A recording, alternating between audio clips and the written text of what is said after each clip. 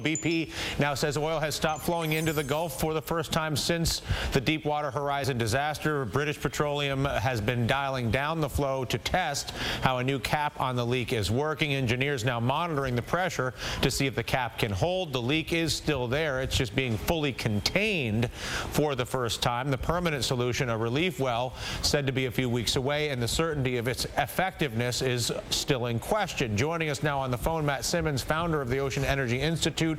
What do you know about this cap, Matt? Well, Dylan, I mean, the whole thing is just absurd.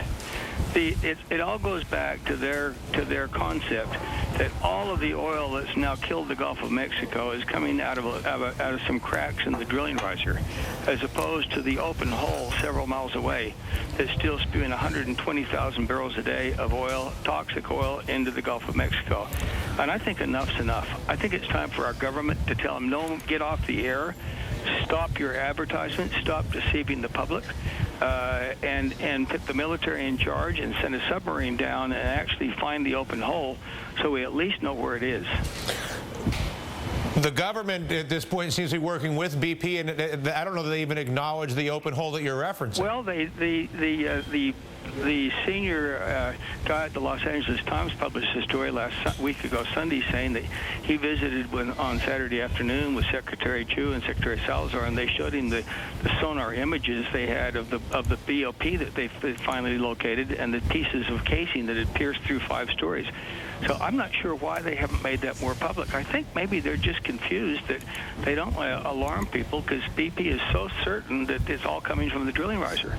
But it couldn't be a 6-inch annular or a 7-inch annular, even though it's a mile long, could not have basically covered the Gulf of Mexico with 400 to 500 feet of this toxic oil. Could not, period.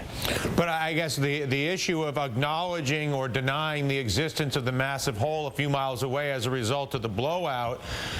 Well, if they acknowledged it, they'd go to jail, and their fortunes would be over, so they can't. It's a big lie. But but are you suggesting the government is complicit in facilitating the lie, much as we saw with the financial industry? I don't think they're intentionally doing it. I think they're just basically confused because so many people keep saying BP is such a good company.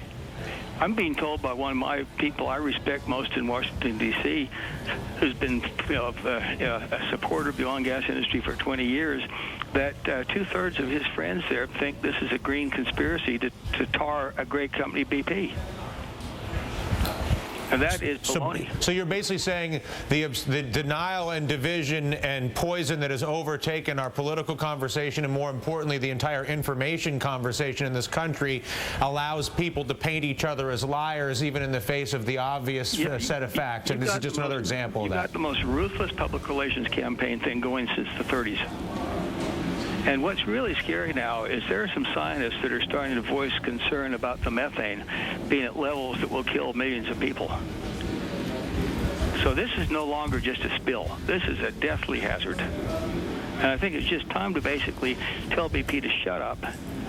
And, I mean, it was a week ago tomorrow that BP had this big headline in the Wall Street Journal, Bob Dudley saying that he is highly confident that the relief well would be done between the 20th and 27th of July, because on 27th of July it's their annual meeting. Well, now they're saying, oh, no, they don't say they meant, they hope people just forget they said that.